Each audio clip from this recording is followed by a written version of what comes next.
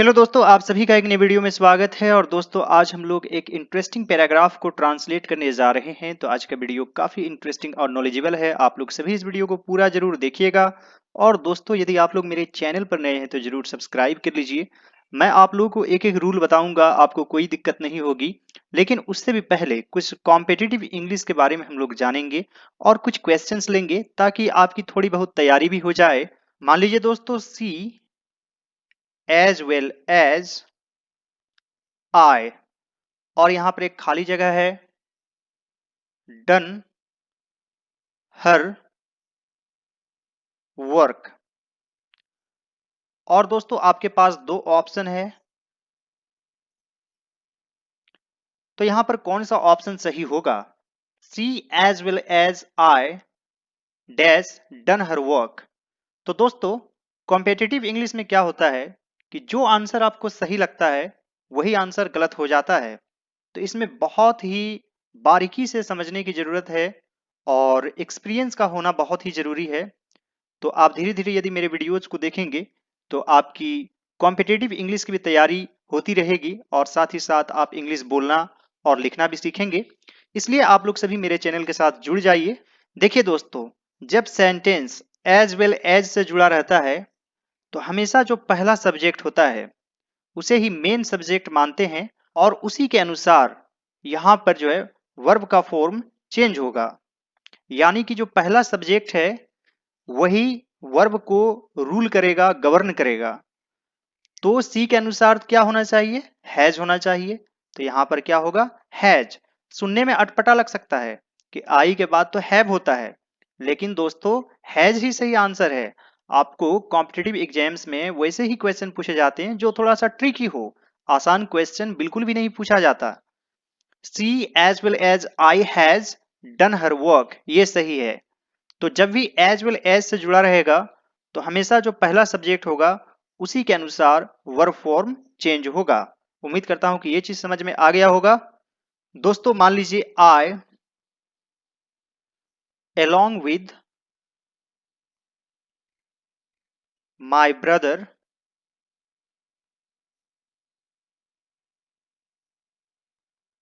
playing now, मैं अपने भाई के साथ अभी खेल रहा हूं। तो दोस्तों, यहां पर आपके पास दो ऑप्शन है, इज और एम। तो यहां पर सही आंसर क्या होगा? आप जरूर गेस कर लिए होंगे। जैसा कि मैंने आप लोगों को बताया है कि एज वेल एज और along with दोनों का मतलब लगभग सेम ही होता है, यानी साथ साथ। आई along with my brother। तो दोस्तों, यहां पर भी जो पहला सब्जेक्ट है उसे ही मेन सब्जेक्ट मानेंगे और उसी के अनुसार यहां पर एम का यूज करेंगे। आई along with my brother am playing now। तो यहां पर एम यूज होगा। सुनने में थोड़ा सा अटपटा लग सकता है, लेकिन यही सही आंसर है। दोस्तों, एक और आखिरी सेंटेंस लेते हैं, काफी इंटरेस्टिंग है। थोड़ी बहुत एक्स्ट्रा जानकारी हमें जरूर होनी चाहिए। दोस्तों, मान लीजिए 10 miles not a long distance. और यहां पर आपके पास ऑप्शन है इज और आर। तो दोस्तों, अब बताइए कि इज होगा या आर होगा, क्योंकि यहां पर तो माइल्स है, प्लूरल फॉर्म में है, फिर भी यहां पर इज यूज होगा। 10 miles is not long distance. उसी प्रकार दोस्तों, यदि रहेगा 10 किलोमीटर्स या फिर रहेगा 10 रुपीज, तो यहां पर इज यूज करना है। यहां पर भी इज यूज करना है। मान लीजिए दोस्तों, the youth of India laborious. यहां पर आपके पास दो ऑप्शन है, इज और are. The youth of India dash laborious, is laborious या फिर आर लबोरियस। तो दोस्तों, यहां पर आर होगा। क्यों होगा? द यूथ ऑफ इंडिया और मान लीजिए कि द पीपल ऑफ इंडिया, दोनों को ही प्लूरल फॉर्म में मानते हैं। पीपल भी रहेगा तो आर यूज करना है। द यूथ ऑफ इंडिया इस तरीके से भी रहेगा तो आपको आर यूज करना है। और मान लीजिए इस तरीके से भी रहेगा, द पुअर, तो यहां पर आपको आर यूज करना है। द पुअर आर ऑनेस्ट, गरीब ईमानदार होते हैं। तो यहां पर द पुअर का मतलब होता है गरीब लोग। अंधे लोग, द ब्लाइंड, अमीर लोग, द रिच, यानी कि एडजेक्टिव के पहले द यूज कर देने से वह एक नाउन की तरह काम करता है और वह हमेशा प्लूरल होता है। द ब्लाइंड आर हेल्पलेस, अंधे लाचार होते हैं, तो द ब्लाइंड आर यूज करना है। उम्मीद करता हूं दोस्तों कि कुछ इंटरेस्टिंग जानकारी आपको मिल गई होगी। आप लोग सभी मेरे चैनल के साथ बने रहिए और फिर ट्रांसलेशन तो है ही, इसके साथ ही आप लोग और भी बहुत कुछ सीखेंगे। तो मेरे चैनल के साथ बने रहिए, इस वीडियो को लाइक कर दीजिए और हो सके तो अपने दोस्तों में शेयर कर दीजिए। Now let's move on to the translation. हम लोग दुनिया में बहुत लोगों के संपर्क में आते हैं। तो दोस्तों यहाँ पर क्रिया क्या है, वर्ब क्या है, संपर्क में आना।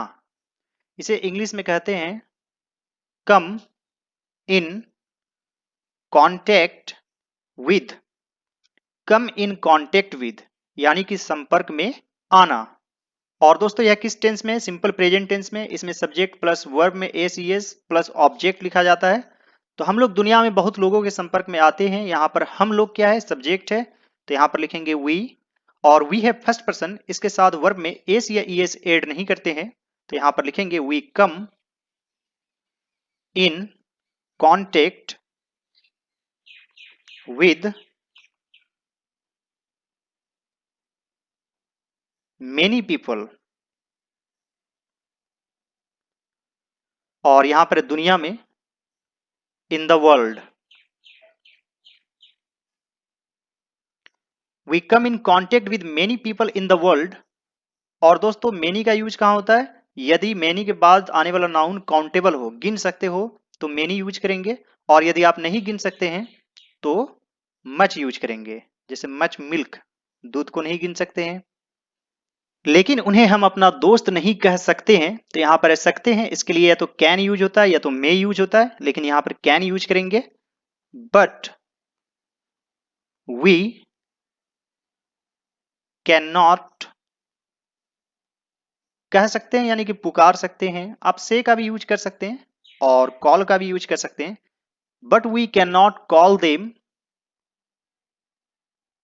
अपना दोस्त, आवर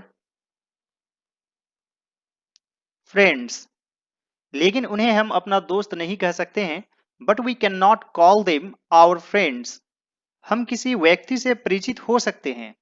तो दोस्तों यहाँ पर है परिचित होना, इसके लिए हम इंग्लिश में यूज करते हैं फैमिलियर। फैमिलियर विद, इसके साथ हमेशा ही विद यूज होता है, तो आप याद रखेंगे। और दोस्तों यहाँ पर हो सकते हैं, थोड़ा सा इसमें डाउट है इसलिए मे यूज करेंगे। We may be familiar with any person, किसी भी व्यक्ति से, लेकिन वह हमारा दोस्त नहीं हो सकता है। But he can not be our friend, but he can not be our friend. एक सच्चा दोस्त हमारे सुख दुख में हमारे साथ रहते हैं। तो दोस्तों यहाँ पर है साथ रहना, इसके लिए आप लिव विद यूज कर सकते हैं।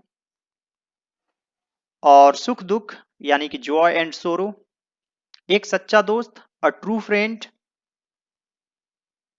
अ ट्रू फ्रेंड। और दोस्तों यहाँ पर रहते हैं और यह सिंपल प्रेजेंट टेंस में है, इसके बाद वर्ब आएगा और यहाँ पर हो जाएगा लीव्स, क्योंकि फ्रेंड एक है, यहाँ पर अ यूज है, अ ट्रू फ्रेंड, इसलिए यहाँ पर वर्ब में एस यूज करेंगे। A true friend lives with us, यानी हमारे साथ रहते हैं हमारे सुख दुख में।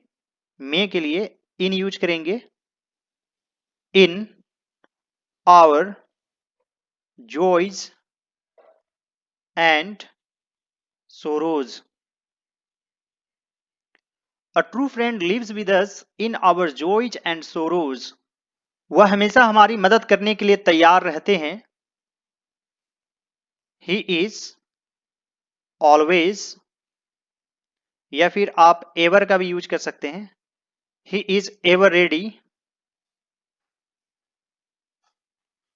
to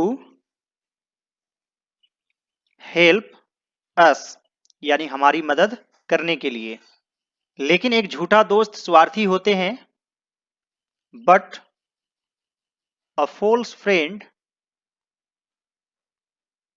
इज स्वार्थी यानी कि सेल्फिश। और दोस्तों जो स्वार्थी नहीं होते हैं उन्हें कहते हैं सेल्फलेस। वह हमेशा अपना उल्लू सीधा करने की कोशिश करते हैं। तो दोस्तों उल्लू सीधा करना यानी कि अपने फायदे को देखना, इसे इंग्लिश में कहा जाता है सर्व। और यहां पर हिज हर ऑन, यहां पर आप इंटरेस्ट का भी यूज कर सकते हैं या फिर एंड्स का भी यूज कर सकते हैं। सर्व हिज ऑन एंड्स यानी अपने फायदे को देखना। यहां पर वह सब्जेक्ट है, सबसे पहले लिखेंगे ही थर्ड पर्सन सिंगुलर नंबर है। और दोस्तों यहां पर हमेशा है, तो हमेशा यानी ऑलवेज। और नेवर और ऑलवेज को हमेशा वर्ब के पहले रखा जाता है, तो यहां पर लिखेंगे ऑलवेज ट्राइज। ट्राइज हो जाएगा, ट्राई में आईएस यूज करेंगे क्योंकि he third person singular number है और यह सिंपल प्रेजेंट टेंस में है।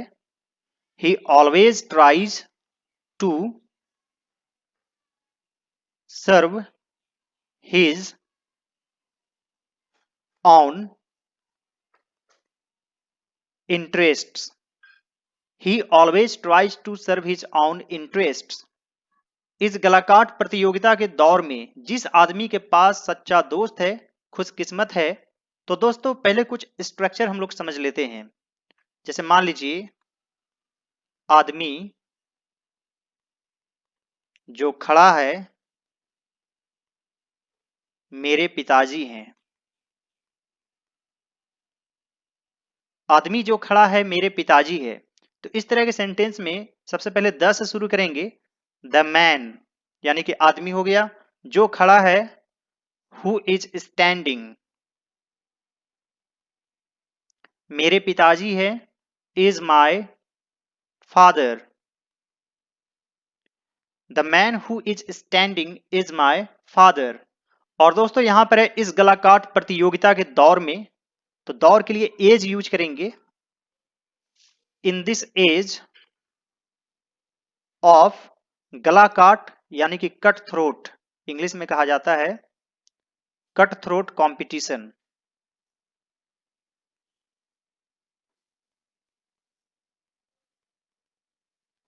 इन this age of cut throat competition, जिस आदमी के पास सच्चा दोस्त है, the man who has true friend, खुशकिस्मत है, is lucky. In this age of cut throat competition the man who has true friend is lucky. एक सच्चा दोस्त कभी अपने दोस्त को धोखा नहीं देते हैं। अ ट्रू फ्रेंड नेवर चीट्स, यहां पर भी एस यूज करेंगे क्योंकि यहां पर सब्जेक्ट है अ ट्रू फ्रेंड जो कि सिंगुलर नंबर है और यह सेंटेंस है सिंपल प्रेजेंट टेंस में। अ ट्रू फ्रेंड नेवर चीट्स। और दोस्तों यहां पर है यह गलत मार्गदर्शन करते हैं और मिसगाइड हिज फ्रेंड। लेकिन आजकल ऐसा दोस्त मिलना बहुत कठिन है। बट नाउ अ डेज, आजकल के लिए आप नाउ अ डेज का यूज कर सकते हैं या फिर दीज डेज का यूज कर सकते हैं। But now a days it is very difficult, but nowadays it is very difficult to find such friends, यानी ऐसा दोस्त के लिए सच यूज करेंगे और मिलना का find. But nowadays it is very difficult to find such friends। हमें सभी तरह के लोगों से दोस्ती स्थापित नहीं करना चाहिए या दोस्ती नहीं करना चाहिए। इसके लिए आप डेवलप फ्रेंडशिप का यूज कर सकते हैं, डिवेलप फ्रेंडशिप या फिर मेक फ्रेंडशिप का भी यूज कर सकते हैं। और दोस्तों यहां पर चाहिए और एक तरह से सलाह है, तो इसके लिए शुड यूज करेंगे। दोस्तों यहां पर है, हमें सभी तरह के लोगों से दोस्ती स्थापित नहीं करना चाहिए। वी शुड नॉट डिवेलप, या फिर मेक का भी यूज कर सकते हैं, या फिर फॉर्म का भी यूज कर सकते हैं। We should not develop friendship सभी तरह के लोगों से with all types of people.